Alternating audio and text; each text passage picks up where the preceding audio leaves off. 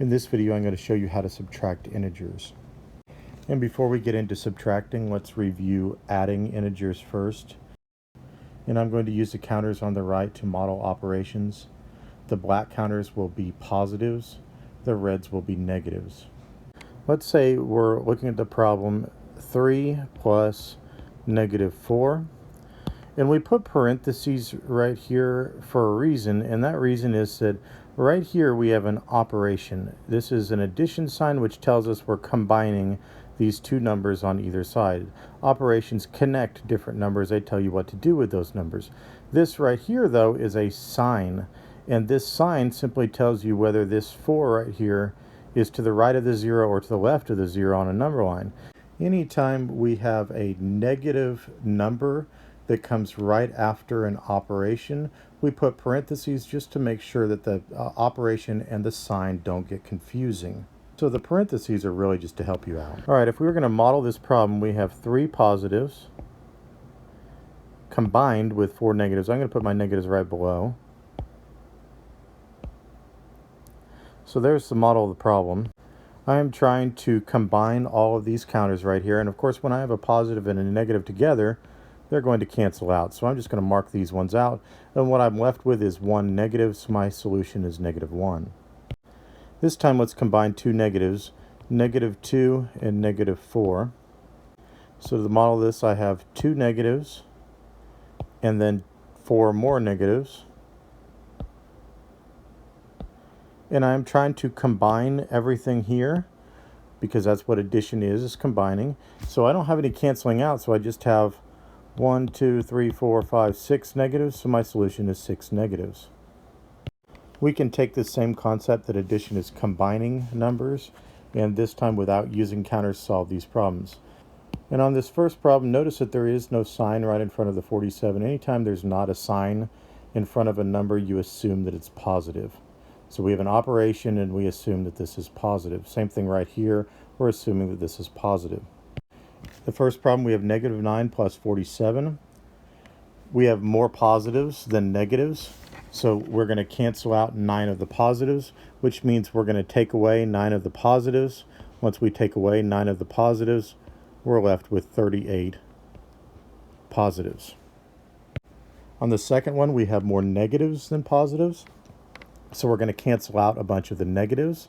So what we're going to do is we're going to cancel out 18 of the negatives. I'm ignoring the sign right now so I can cancel them out. And I'm left with 17 negatives. Now I'm putting the sign back in.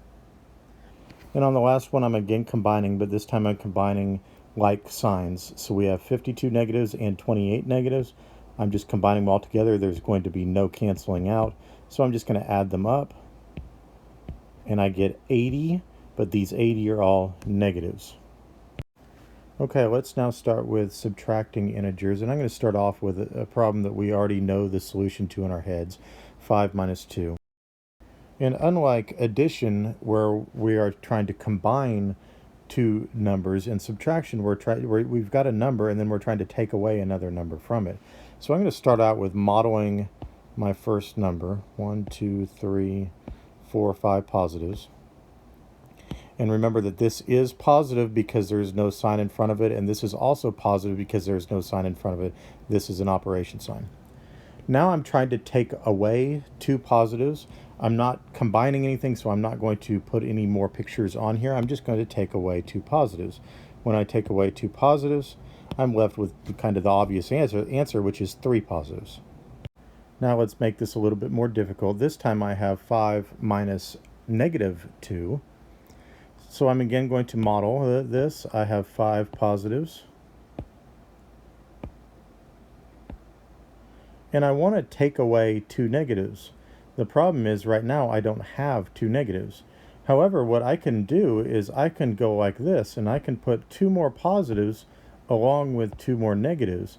What I really just did is added a 0 pair here, because this is equal to nothing and this is equal to nothing. So my entire number that I have modeled here is still 5.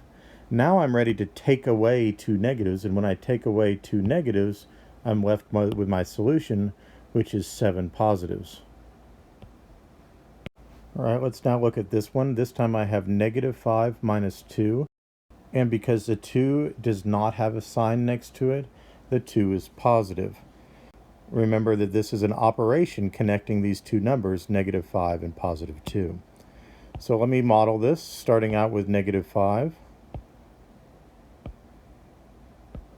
I'm now going to take away two positives. Just like in the last problem, I don't have two positives, so I'm going to have to use a zero pair to give me two positives. Again, I've added nothing here, so I've still modeled negative 5.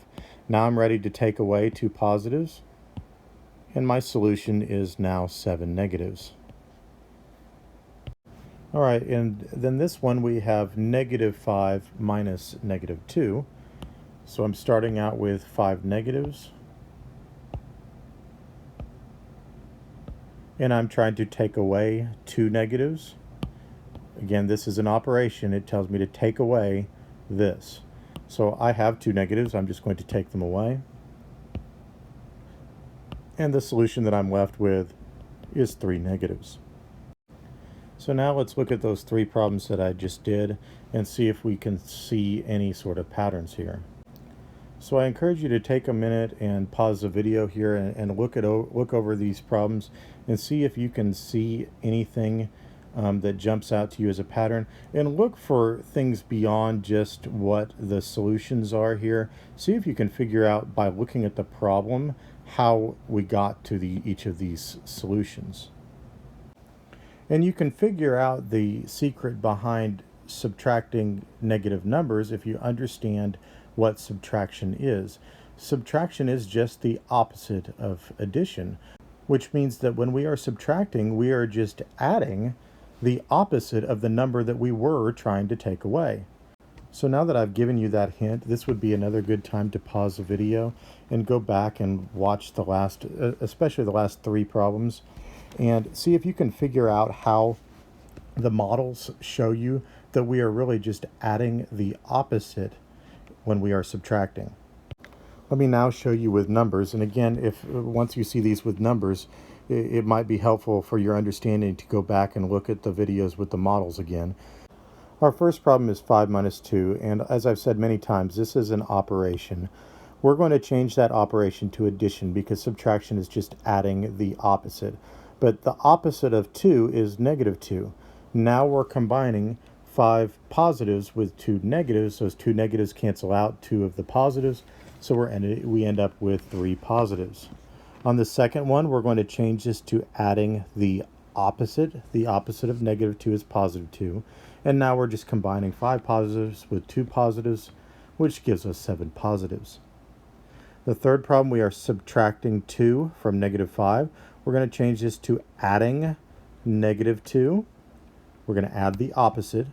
A negative 5 and a negative 2 combined is equal to a negative 7. And on the last one, we are changing this to adding the opposite. So now we have negative 5 plus positive 2. Those 2 positives cancel out 2 of the negatives, and we're left with 3 negatives. So I'm going to do some problems now without the counters, and this would be a great time for you to, again, pause the video and work these out on your own and check your understanding of subtracting integers. So on the first problem now, we have 18 minus 24. I know just looking at this problem that the answer is definitely going to be negative, and this is also why subtraction is not commutative, because 18 minus 24 is not positive 6. We're definitely going below 0. I mean, if we start out with 18 of something and we take away 24 of them, we have less than none. When we solve this, we're going to add the opposite, and we are now combining 18 positives with 24 negatives.